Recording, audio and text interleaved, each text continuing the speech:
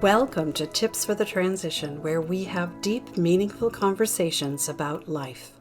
We talk about how significant changes like divorce, grief, and career change can affect us, our family, our relationships, and our work, and how to move beyond them. I'm your host, María Tomás-Keegan, certified career and life coach for women, and I'm here to support you through the messy seasons of life so you can answer big questions like who am I now and how do I move on from here? If you're ready to consider new options, be inspired, and meet incredible women who are on this life journey with us, you're in the right place. You'll find something in each episode to give you hope and encourage you to move from panic to powerful, from rocky to resilient, and from upside down to right side up. This is Tips for the Transition.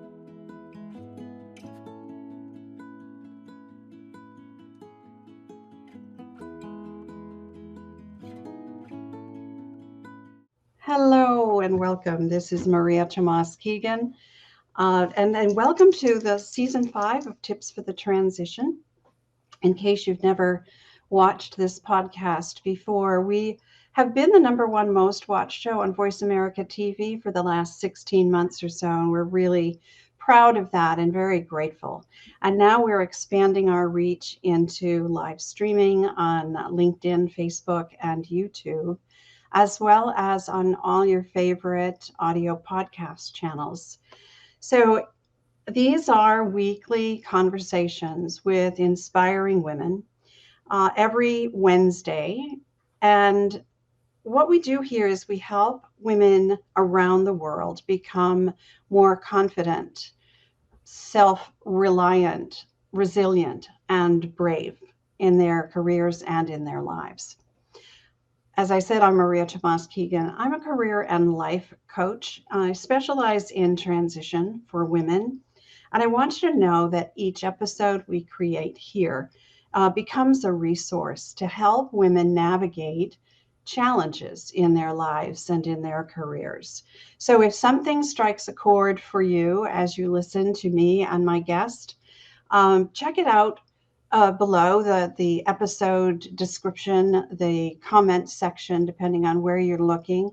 The show notes have all kinds of contact information for my guest and for me so that you can continue the conversation and reach out to either one of us. So let me introduce you to today's guest. Maureen Ross Gemme is here to talk about how our personalities can help us to communicate better and improve our relationships in all aspects of our lives. Before we get started, let me just tell you a little bit more about Maureen. She is the CEO of Emerge Leadership Academy, where she began training leaders across New England in 2015 after a 30-year corporate career. She and I have that in common, lots of years in corporate. She's a motorcycle riding grandma and a personal growth advocate. Maureen trains and coaches leaders who want to make an impact. She's passionate about helping her clients step into their full potential and develop others on their team. As a personality expert, Maureen helps her audiences own their gifts and embrace the differences in the diversity of others to build better relationships. After living through her teenage years as a drug addict and alcoholic, Maureen stepped into recovery and created an awesome life for herself and her family. She has deep compassion for helping others to emerge, evolve, and lead their best lives, and created the Recovery at Work program to help those who are ready. So let's get started with this episode. We call this Mind the Gems in Your Personality. And I am going to introduce you to Maureen is right there. There we go. All right, we got it all situated now. Hello, Maureen. Thank you Hi, so much for Maria. joining us. Thank you very much for having me. I'm delighted to be here. Thank you. I'm glad you are. We had a few technical difficulties early on, so we've got it all sorted out, hopefully, and our connection will remain solid as we have this conversation. I think this is going to be really fun and insightful for people. So I also have heard from our promotion of this program from a number of women who are very interested to hear what you have to share. So let's get started. I'd like to hear, if you don't mind sharing, a little bit of your backstory. Would you tell us about that? Oh, sure. Yeah, I really am delighted to be here because tips for transition. I mean, everybody, right, goes through transition, and there's all kinds of opportunities in life to be in transition and to then transform something in your life. So I had a transformation early in my career, actually in my life, in my 20s. I had a major transformation when I figured out that I was a drug addict and an alcoholic, and I decided to reach out and get the help that I really needed. So I always had a strong work ethic, though. I would work a full time job and a part time job, usually in a bar. And I got to know people because I do kind of have that bubbly personality. And I always wanted people to like me. And so I was trying to connect with people. And I loved and studied people all my life. But when I got into sobriety, I had to stop looking outside myself and go within. So I got on this track of personal growth and development, which is why I'm so passionate about it, because it has changed everything about my life. And not only, that one transformation, there's been many opportunities throughout life as we mature and grow and change jobs to have that transition and to transform yourself again and again. So we keep remaking ourselves, right? And reinventing ourselves along the way. So I have a story like everyone else, a 30-year career, but in that career, so I got sober when I was 24, and I started working at the Hartford, a large financial and insurance kind of company in Hartford, Connecticut. And what we did was basically, in such a large company, it's about 30,000 when I was there, 30,000 people. I moved every 2 years into another department, and I built my relationships, I built my network. But it's amazing when you're in such a large company how you can move jobs and not know anybody in the new department. So I was able to reinvent myself almost every time I moved over or up or over or up. And that's how I really had a fantastic career without having to leave the company and grow and change. I did that progressively through IT or information technology, and then I was in marketing and communications there. Then I got into training. I actually had 3 stints in 3 different training departments throughout my time there. And towards the end, I was in project management, being an education leader on large scale projects that were rolling out across the organization. So I had an opportunity to work with people in like all these different departments, like sales and underwriting and customer service, and of course in corporate, because I served a corporate community also as an HR person at certain times. And so I had lots of great experiences and in dealing with large scale events. So I'm very familiar with transition. I now help my clients, and I do leadership training across New England. So that's been also really fun to meet leaders from all different industries out there, not just corporate, but in like manufacturing and healthcare, as well as like retail and government. Wow. We have very similar paths with very large corporations. I was with IBM for the last 20 years of my corporate life. So I understand the moving within the organization every couple of years and being able to learn new skills and do something that's very different from the last assignment. So you mentioned personal growth was an important part of your recovery. Tell me what you found was maybe the personal growth tool that had the biggest impact for you? Well, certainly, going within, meaning you have to look at anytime you get feedback, what's somebody else's perception and what are you putting out there and all of that. And it all comes down to, for me anyways, my personality.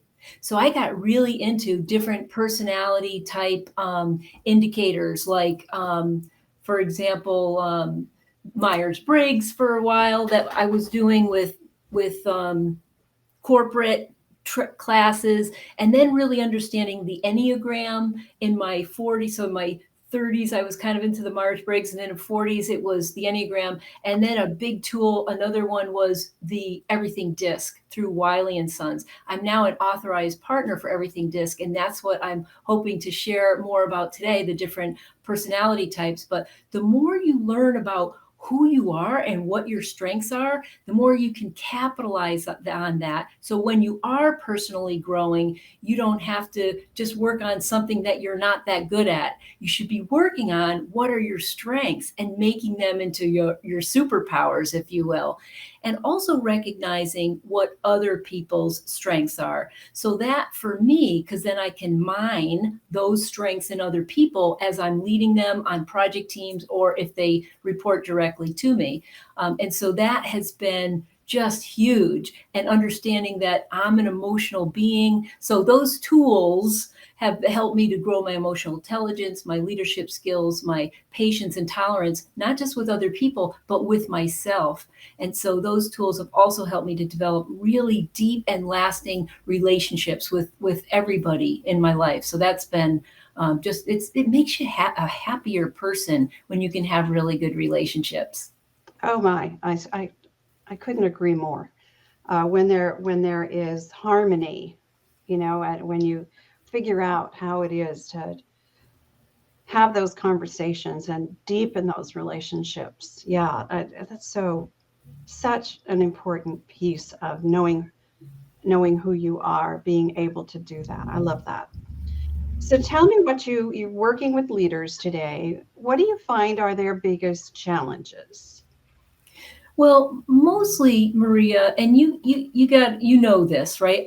In the industry, what normally happens is somebody gets really good. They get this certain level of expertise in their field, and maybe it's sales, or maybe it's customer service, or maybe it's a machine that they're working on, or a product. They're great at this particular product, and so what happens is they excel so much, they get to the top, and management says, "Oh well, let's make them a leader," because probably what happened along the way is they became a mentor for other people, and they had to train other people on how to do what they do, and that sort of thing, or they became the resource person. And if that was successful, then they naturally sometimes step into leadership. But a lot of times companies don't give these managers and supervisors the training they need to really deal with people issues. And so that, I think, is the biggest challenge for leaders, is dealing with people issues. And depending on your personality, you might not be so good at that. Managers and supervisors are trained to be task oriented, and leaders are trained to be people oriented. And so there's a little bit of a shift and a mindset shift when you step into a supervisory or an emerging sort of leader role, that you need to also be really aware of not only your own personal growth, but the growth and the development of your people, and how do you really understand them if you don't understand yourself at a much deeper level. So it's a process, but it is a challenge, because they're just trying to get people to do things that need to be done. Yeah, It's yeah, not always so easy. yeah. You're so right about that. And that's an age-old problem where corporations try to make leaders out of people who haven't been taught how to be a leader, haven't been Right. trained, haven't been mentored on how to hone their people skills so that they can lead people rather than direct people, right? Right. That's right. Yeah, and that the issues there, I've seen it so many times. That's how we develop micromanagers and, Oh, people. nobody wants one of Yeah, those. and nobody wants to work for a micromanager because No. they, if they're training someone to do what they are so good at and they don't do it right, right? So that it's so important. All right, so let's get into this personality thing. I'm really I've done I use personality tools in my own coaching practice as well. So I'm really interested to get your perspective. And I know some of the people who have reached out to me when they saw the promotion of this have also said, I want to hear this.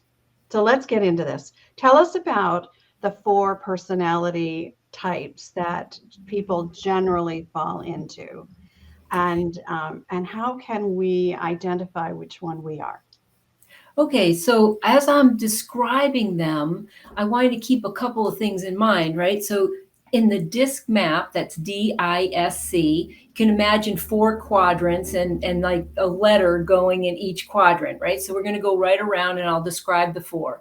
But you need to always remember that this is not meant to pigeonhole anybody or to say that, oh, well, this is your 1 quadrant. Like, we have all of the abilities of all of the personality types, but there's usually 1 or maybe 2, a close secondary one that you are naturally going to be gravitating towards, that you're going to be pulled towards. Okay, so as we go through these, you might say, I want you to sort of think about, oh yeah, that's me, or no, that's not me, or maybe that's me, right? So you're just going to sort of decipher and do a little self-assessment.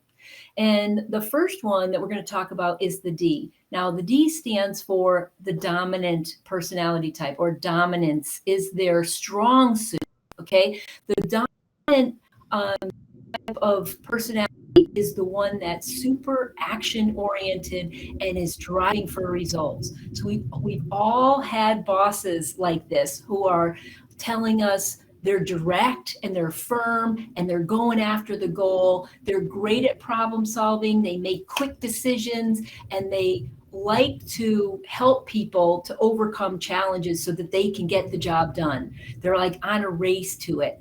They're very strong-willed. They will find ways to get around obstacles, and they sometimes can be a bit forceful if they're really determined. They are sometimes pretty competitive types of people. Now, we all have a competitor within us, but the question is that your dominant sort of quality?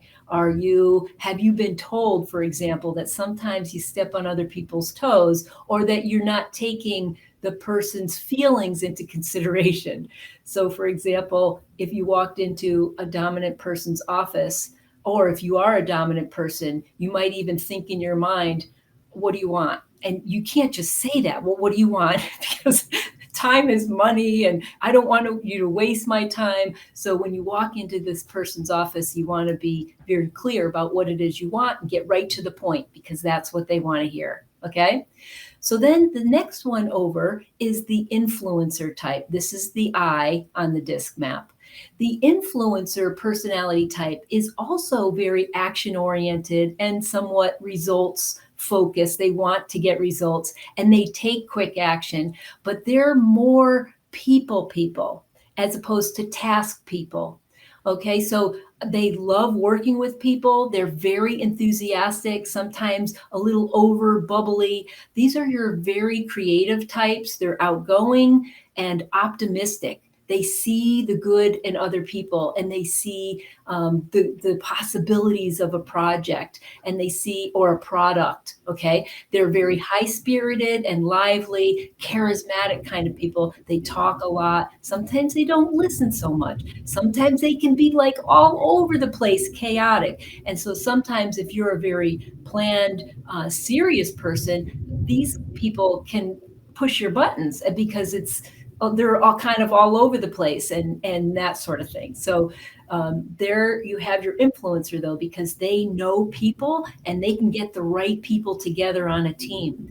But when you walk into their office, if you just get right to the point, they might even be disappointed. They want to talk about how you're feeling today, or the weather, or what's going on with your kids or your dog. Like they are enjoying life as well as work. Okay.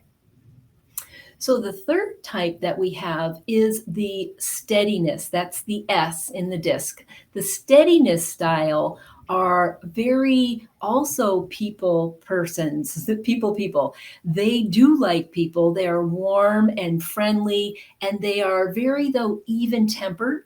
They're also accommodating. These are your resource people. They are good. Because they develop relationships all across the organization. They know where to find something or where to go or who to get that need met from. So they're very patient. They're good listeners. They're humble and tactful they're kind. These people are kind. They're the kind of unsung heroes.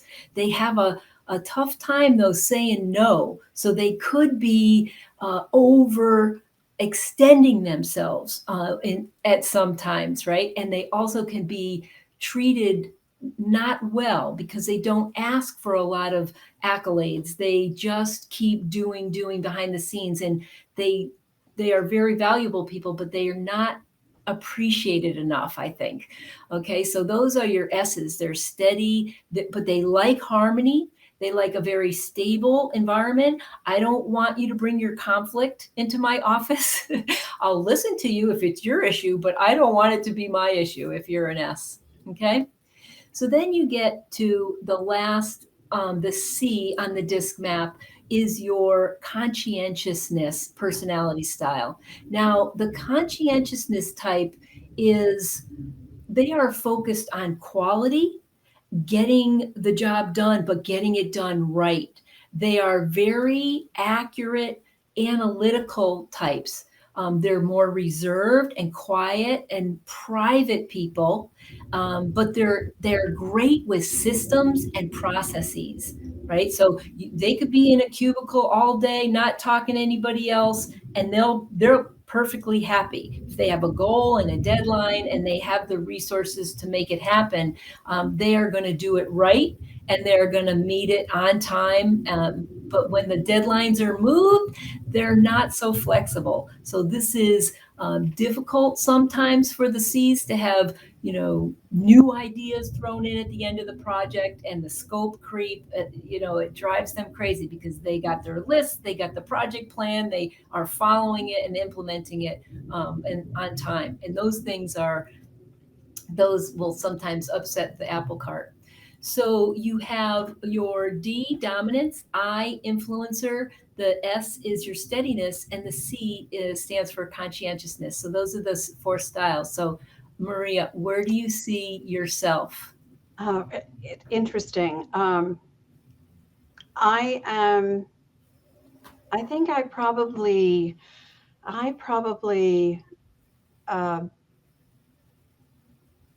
move between the I and the S. I think probably the S is your primary style, and your I is your secondary. Okay. And here's why. So we're going to talk a little bit about people reading. I think you even had that question. So yeah.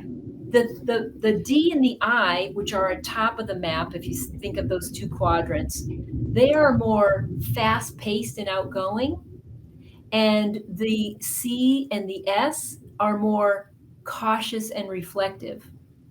And you are patient, you're a good listener, but you think about things before you say them, which tells me that probably your S is first.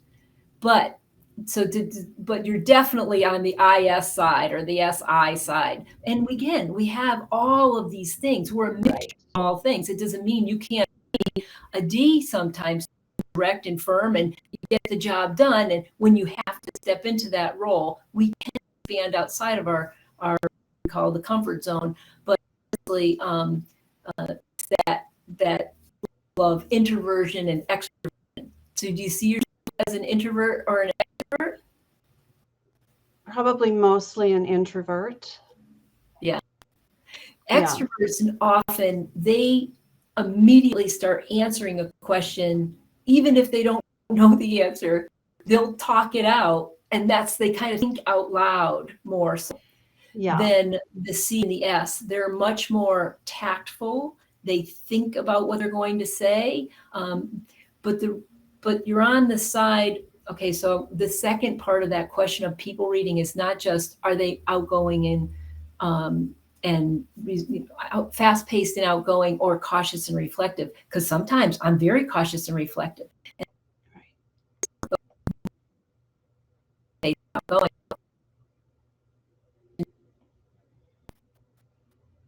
We're having a little bit of.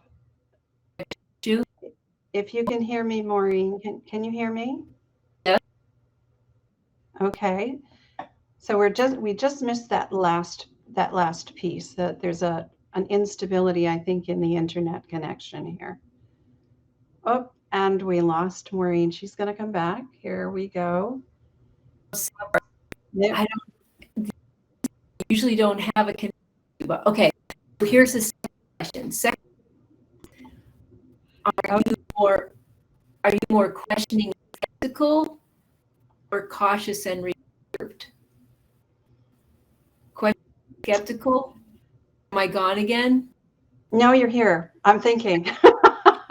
Okay, good. I'm like, so I am probably more cautious and reserved. I said the wrong thing. I said the wrong thing because I was thinking too much in my brain about the connection. Are you more questioning and skeptical, or warm and accepting?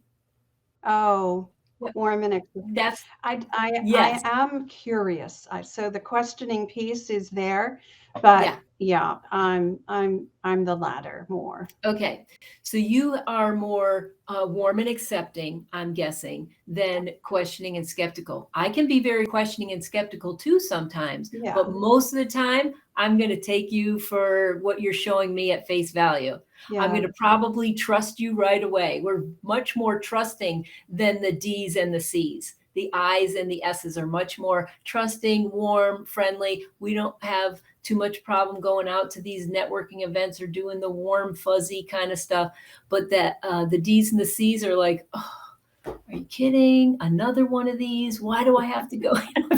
They want to get stuff done. They're more task focused. That doesn't mean they can't be. And they do come out of their shell when they actually are in those situations. But it's just a different preference. That's all. So it's really interesting because we are all a little bit, and depending on the circumstance we're in, right, we can be all of those things at one time or another. But so let's talk a little bit about how do we bridge the gap when we meet somebody who is not exactly like we are? How do we bridge that gap, especially, in a work environment, where, even in a personal environment, this is all about relationships. Right. What do you think about that? How do you do that? Here's the thing. It always benefits you if you can bridge to their style. Yeah. And then some people will say, oh, well, that's not authentic. I want to be my authentic self. But if I'm always my bubbly self and I'm working with some C's who just want to get down to business and get things done, then they're not going to like me very much. And that's what I'm striving for anyway. So I'm going to go in, I'm going to be serious. I'm going to be to the point. I'm going to be planned and prepared when I go in there, because I know that they're going to want to see my proof, what research have I done, what are the facts, and I can leave my emotions at the door. Okay. But if I'm going to deal with a D boss, I don't need to go in and say, so how was your weekend? Did you watch the game? I mean, some Ds are really like that, and they'll be happy to talk about, they'll train you. First of all, people always train you how to treat them, right? So you can go into their office, though, and be direct and firm, even if that's not your style, but your natural style. Right, your natural style. Yeah. You could be more resolute and getting to the point. If you need help making a decision, walk in there with a couple solutions and say, I'm not sure what to do. They will make the decision. They'll help you, but don't always ask them to figure it out. You can help them figure it out. So that's kind of what I'm talking about. For the I's, if you're a D or C or an S, you want to go in there with and be open to some creativity. These people do like to talk about the possibilities of all kinds of things, and they are more creative people, and they like to have fun. So laugh at their jokes once in a while, and be a little patient if they get off topic on an agenda. But for the most part, you can really be yourself with your I, so long as you don't hide. If you're hiding, that's there. We're not happy. I'm a strong I on the outside of the edge. And I can tell you that I've worked with a lot of different types of people over the years. And I'm going to be direct with, if I think you have a problem with me, I'm going to ask you, are you okay? Are we okay? Like, what's going on? I know we were at a disagreement in that last meeting, but I want to make sure things are okay. And sometimes the C's are very private and reserved, and they just say, yep, everything's fine. And they stew in it. It's like, no, tell me, because I want to work it out so I can get past it. The S's, however, are more, they're going to be more accommodating in how whoever approaches them. But we need the S's to sometimes stand up and speak up and say what's on their mind, because they got some great ideas too, but they're too quiet sometimes. So my best advice for whatever style you are is, if you are either a D or an I, you need to zip it more often and listen more often. And if you are a C or an S or a C, you want to unzip it and speak up more often and share your thoughts with the team, because you have valuable input, and don't let those D's and I's bully you into silence. Yeah, we have to be careful about that. You know, this is so interesting, and I think it is valuable for everyone to recognize that, you know, there are tools out in the world for us to help us dig in a little bit to understand first who we are and how we operate and what we want, so that we can have these harmonious relationships with other people by understanding who they are and what their dominant traits are and how we can communicate most effectively.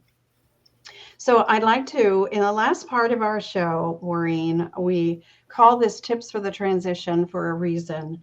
And it's the part that our viewers, our loyal viewers, often say is the best part for them. We talk about some practical tips. So let's maybe summarize some of you've shared a lot of tips for us along the way here, but let's see what we can do to summarize some of that so that people can take away some things they can do today to kind of test the waters and figure out who they are and who somebody else is, and how they can communicate in a different way. Okay. So the first thing is to really identify who it is that you are. Where do you fall here? And when you do that, when you do some of that introspective work, that really is the most you can do. You can figure out who other people are, what their type might be in their style, but don't try to do that while we're having a conversation. Because like in the beginning, you're thinking, are they more fast-paced and outgoing or cautious and reflective? And you're thinking, and you're not listening to what they're actually saying. Or are they more this? Are they being too skeptical? Well, they must be a C, and you're not really listening. So kind of do some of that upfront work before you go into a meeting. Right? You figure that out before you go in. And I was just thinking that maybe the best way to do that is just quietly observe. Well, yes, observing is always super important, because you're raising your consciousness about what's going on around you. Yeah. How are people really acting? And sometimes people just be aware that people put on a facade too. We put on our professional face and Yeah. we don't show who we are. Sometimes it happens. And if it's working, that's fine. But I always say to all leaders, whenever you possibly can, get to know the people you work with. This is why we have such a huge transition. And it's also transition out of companies and into other positions, because they're like, nobody cares about me here. Yeah. When you start really developing relationships, people will stay even in crappy situations because, oh, but I love the people. I love the people. Yeah, Yeah. absolutely. Yeah. Yeah. Or I love I my hear that all the time. So why have you stayed so long?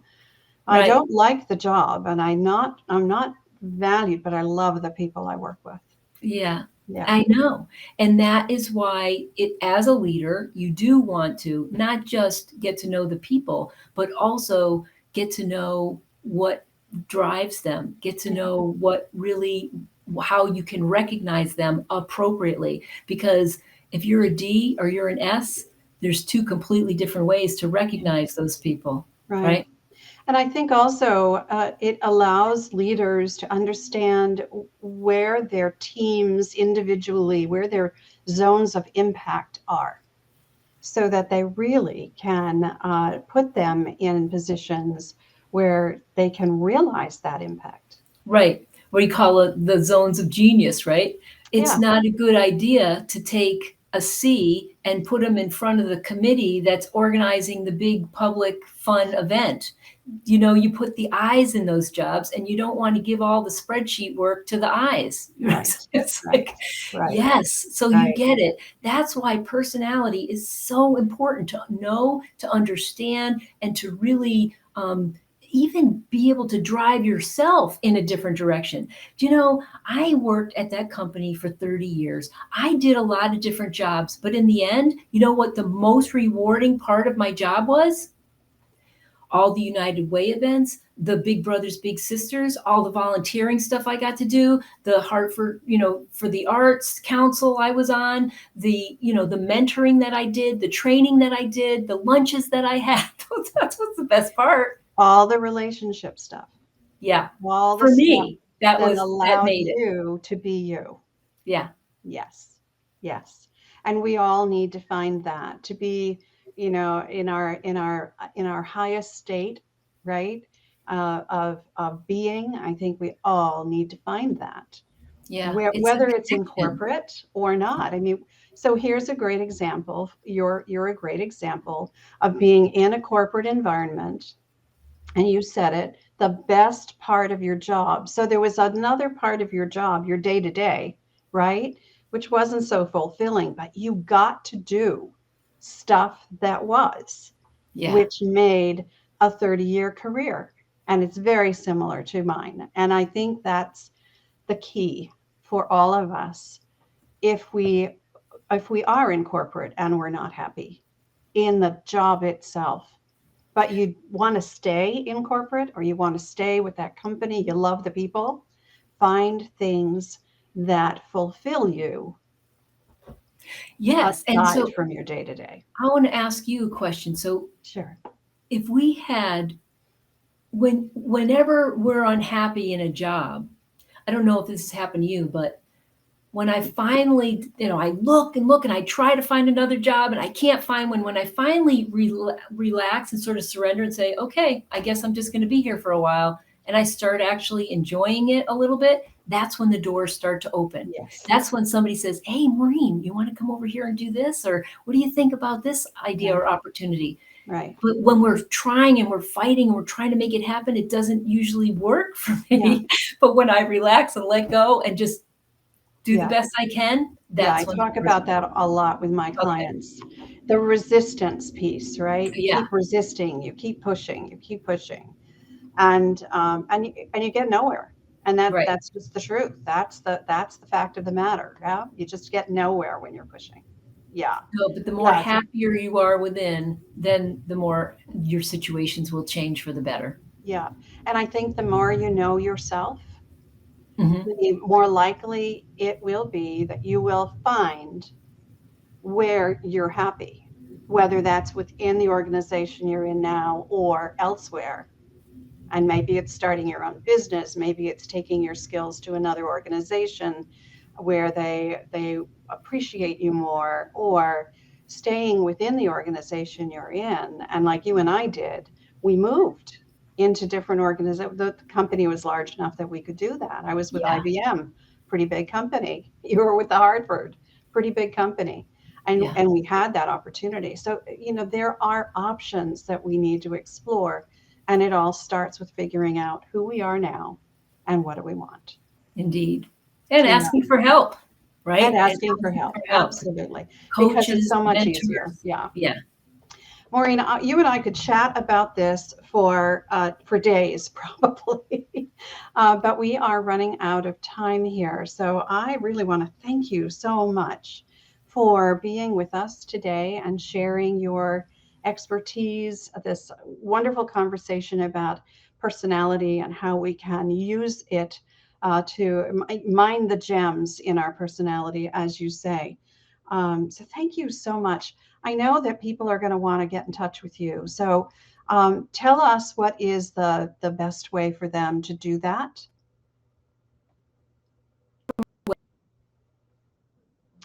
Oh, we're losing some of her connection. I don't know, Maureen, if you can hear me. So here's what I'm going to do. I'm going to speak for Maureen. You can find Maureen on LinkedIn. And you will also find more connection points for Maureen in the notes section below. She has dropped off and come back on. Let me. I just got. Sorry. I don't know what's going on. Here we go. I don't know. We've got. Okay. Yeah. But I want to tell you, listeners, they can go to immersionleadershipacademy.com and take the quiz and find out in 7 questions if they're a D, I, S, or C. And the quiz is what animal best represents your personality style. Wonderful. And so, so that would be a fun thing if they wanted to do that. Okay, and they'll find that on your website, and that link will be in the show notes below. So I've had so much fun with this conversation with you, Maureen. Thank you for Thank you, Maria. Thank you for being with us. I really have appreciated it. You're so welcome. It is my pleasure. Sorry about the connection issues, but I do think we have so much in common. I'm sure we could talk about this forever, but I really appreciate you having me on. Yeah. It's my pleasure. Thank you so much. All right. And for those of you who are listening, I appreciate that you're a part of this community. Thank you for being here. And as I said at the top of the show, as a career and life coach, I love creating resources for women, and each show is designed to help you navigate life and career challenges with a little more ease and grace. So if you, as I said, also, check the show notes or the comments below, wherever you're watching or listening, for more connection points for Maureen and for me. Lots of things that you can, ways to connect and to continue this conversation with us. And we'll see you here next week at the same time. I believe it's our time to thrive. So join me on that ride. I'm Maria Tomás-Keegan. Till next time, we're helping you turn transition into triumph.